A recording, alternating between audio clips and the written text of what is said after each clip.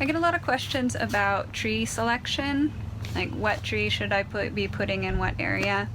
And it's definitely a really good idea before you put a tree in to really contemplate things like this so that you ultimately get what you want in the time frame that you want it. But also so that you don't run into issues where trees are in the wrong place, doing things that you don't want them to do, and need to be removed, because that's always tragic when you have to cut down a tree that you don't want to cut down. So first, tree variety selection is really important. So here I have, this is a Navajo globe willow. These do really well here. And tree selection is going to depend a lot on where you are. So certain parts of Flagstaff, this is one of the few trees that you can really easily get going in an area like Doney Park. And there's only a handful of trees that do really well out there. So you have to do a little bit of research ahead of time. If you live in an area where you see a very limited number of tree varieties, there's probably a reason for that. But also, you know, you want to think about the time frame for when you need this tree to be full size. So if you're planting in an area where you want a shade tree and it's very exposed currently and you want a shade tree very soon, then it would make sense to go with something like a willow tree that's going to grow really fast, but it's not going to live for terribly long compared to other trees.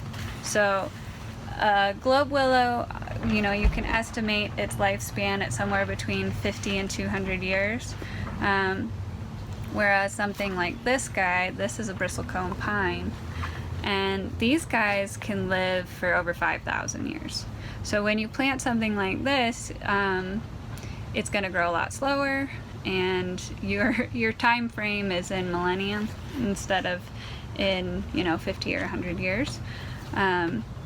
So you need to assess your end goals as well. It's also really important when you go out to a space, looking around and imagining what it'll look like with these trees, and remembering to look for power lines, remembering to stay away from the foundation of your house if you're going to grow something that has a large root system that's known for cracking foundations, staying away from water lines if it's something like a willow or an elm or something like that that can really damage water lines and septic systems. You want to also, I would seriously recommend not just trying to plant a bunch of trees all at one time, but, you know, plant a tree every 5 to 10 years, keeping in mind that you're basically doing a succession of trees.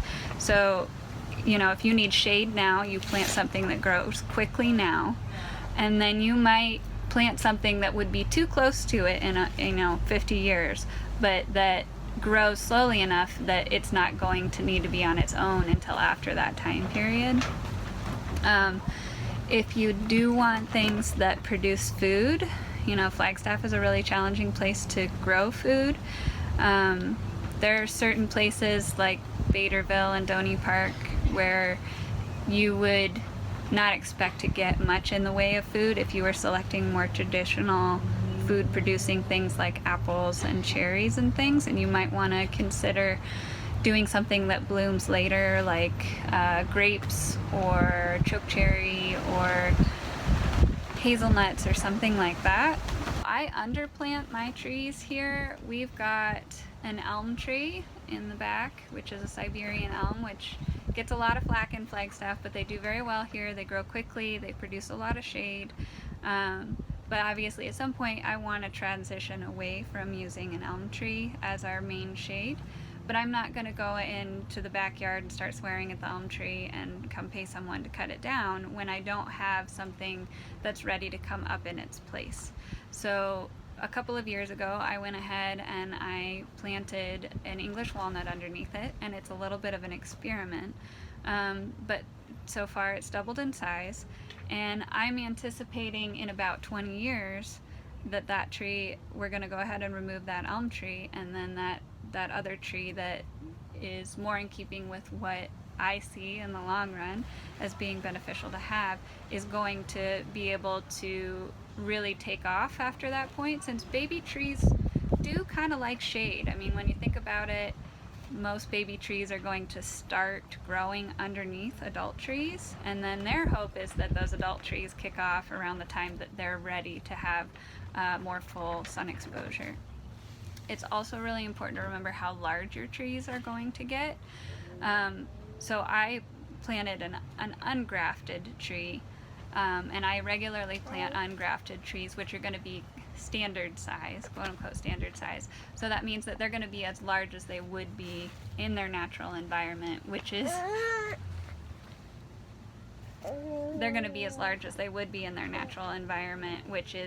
significantly larger than a lot of trees will get that you buy from the nursery. So if you go to one of the nurseries in town and you buy a grafted apple tree or another grafted fruit tree, it's most likely going to be grafted onto a semi-dwarf variety, a semi-dwarf rootstock, which will keep it from getting over about 15 feet tall, which is really nice if you want to plant a bunch of fruit trees or you have a small space.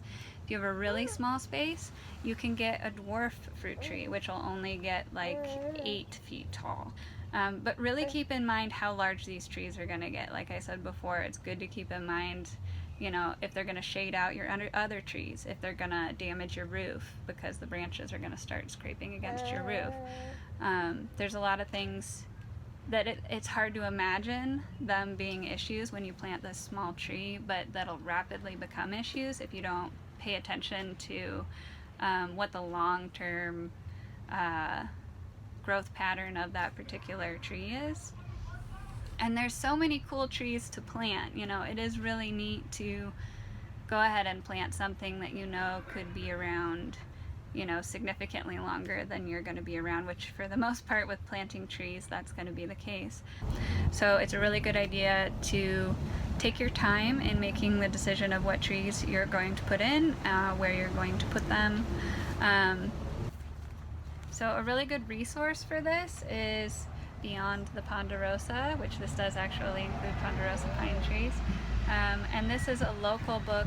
This book has just a list of really great landscaping trees for Flagstaff, including a lot of our native trees, but also some introduced species that are not invasive and could work really well for your yard. The nice thing about this is, on top of the fact that it has a nice visual of these species, it also has like a really good description of what they're going to look like. It has information on things that you need to consider about these individual trees, fertilizing requirements, pruning requirements. It's a great book for the Flagstaff area specifically, which the more you live here, the more you realize that you need to be very specific to this area.